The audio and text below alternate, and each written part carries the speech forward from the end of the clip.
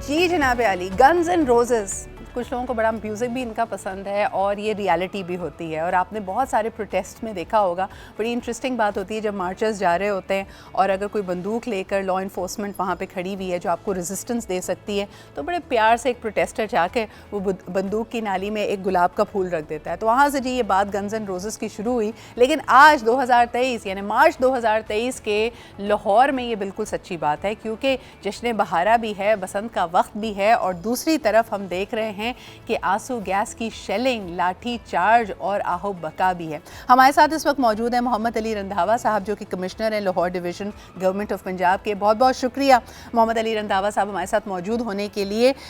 रोज़ा जश्न बहारा 2023 का बाकायदा इफ्तिताह हमने देखा कल जी गन्स के साथ और शेलिंग के साथ इफ्तिताह हुआ है। ये क्या दो रियलिटीज़ है जो साथ चल रही है? पहले तो बताएं लाहौर की इस वक्त सूरत हाल क्या है? बिस्मिल्लाहिर्रहमानिर्रहीम। थैंक यू सो मच, आपने मुझे अपॉर्चुनिटी दी कि जश्न बहारा की कोई बात हो। बेसिकली जश्न बहारा जो है या पंजाब के अंदर जो है हमेशा से मनाए जाते हैं।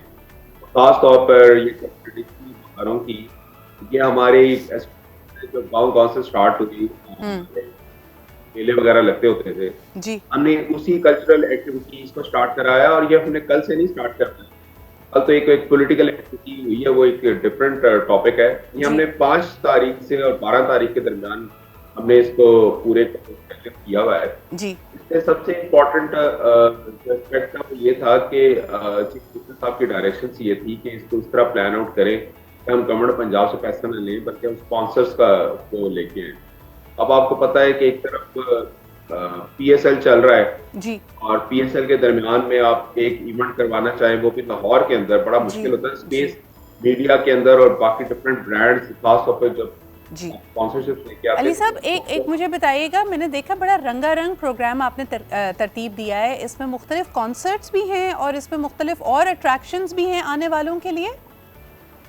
जी, इसमें ना सबसे इम्पोर्टेंट ये है कि हमने different segments of the societies के लिए ओपन अप किया है। फॉर एग्जांपल हमने फूड एंड आर्टिजन मेला जो है वो जिलानी पार्क के अंदर रखा है, जिसके लाहौर के ट्रेडिशनल जो खाबे जिसकी वजह से लाहौर मशहूर है उन सबको हमने रिक्वेस्ट की वो अपने स्टॉल्स लेके आए। और इतना ज्यादा फुटफॉल था कि अब हमें जो है मुश्किल हो रहा है, लोग और ज्यादा रिक्वेस्ट लेके आ रहे हैं। क्या बात है, मुझे बताएं अली साहब तकरीबन लगभग कितना फुटफॉल होगा?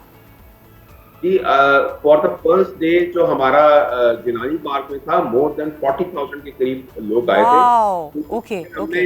फूड मेले के अंदर ना आर्टिजन मेला भी और म्यूजिकल इवेंट्स भी रखे हैं जो जिलानी पार्क में। जी। जबकि हमारे जो मेन कॉन्सर्ट्स जिसको आप कह सकते हैं मेगा कह सकते हैं for only for the music lovers, हाँ जी, वो हमने हॉकी स्टेडियम के अंदर रखे हैं जिसके अंदर फ्री एंट्री। सर मुझे फिर एक बात नहीं समझ आ रही, आपने कहा जिलानी पार्क में तकरीबन 40,000 का मजमा पहले दिन आया, क्राउड आया और फैमिलीज भी इसमें शामिल थी। दूसरी तरफ आपने खुद ही इंडिकेट किया कि पीएसएल भी हो रहा है। तो कल जो जमान पार्क में हो रहा था और ये बात हो रही थी कि जी दफ़ा 144 लगी हुई है और लॉ एंड ऑर्डर ख़राब हो सकता है, तो आप कैसे मेंटेन कर पा रहे थे लॉ एंड ऑर्डर को? वहाँ तो हमने कोई लाठी चार्ज नहीं देखा।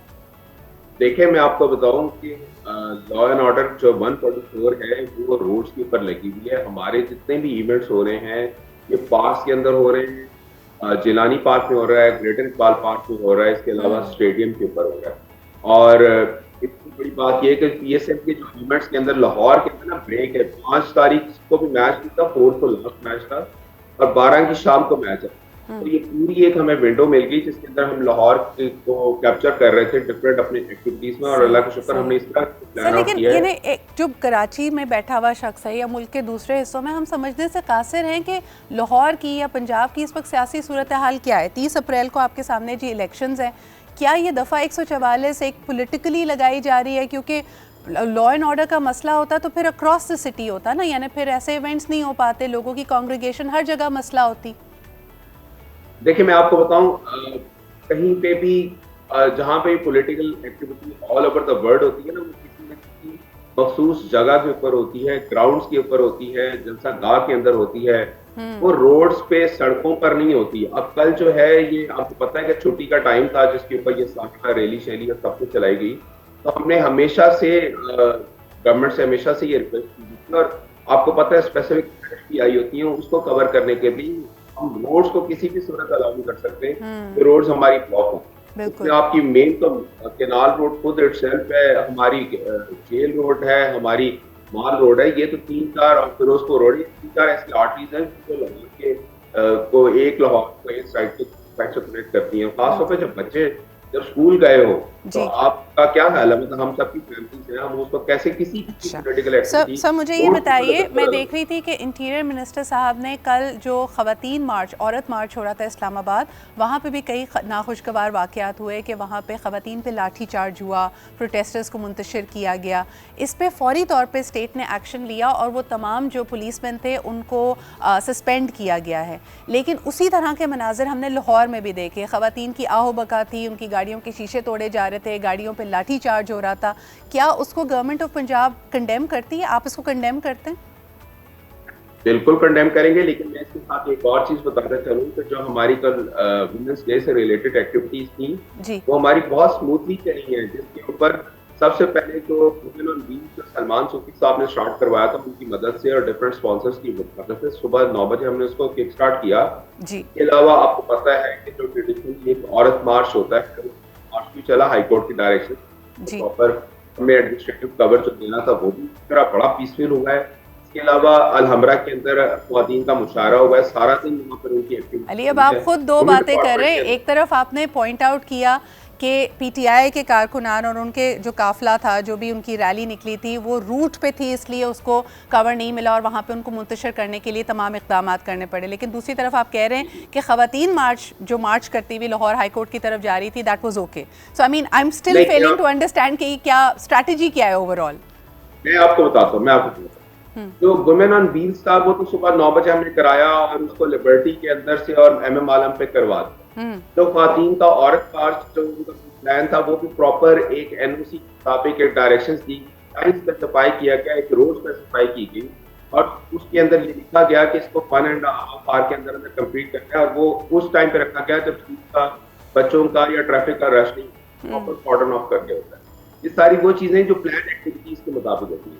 अब अनप्लान्ड एक्टिविटी हो और पॉलिटिकल एक्टिविटी हो विदाउट एनओसी हो, वो थोड़ा सा आपको पता बहुत डिफरेंट है। सही, तो आप कह रहे हैं यहाँ पे मसला एनओसी का था, पता ना होने का था, it wasn't planned, that is why there was resistance. लेकिन ऐसी भी सिचुएशन में किसी जी मेरी बात इसमें सबसे इम्पोर्टेंट ये है कि किसी किस्म की पॉलिटिकल एक्टिविटीज हम अपनी मेन रोड्स पर अलाउ नहीं कर सकते।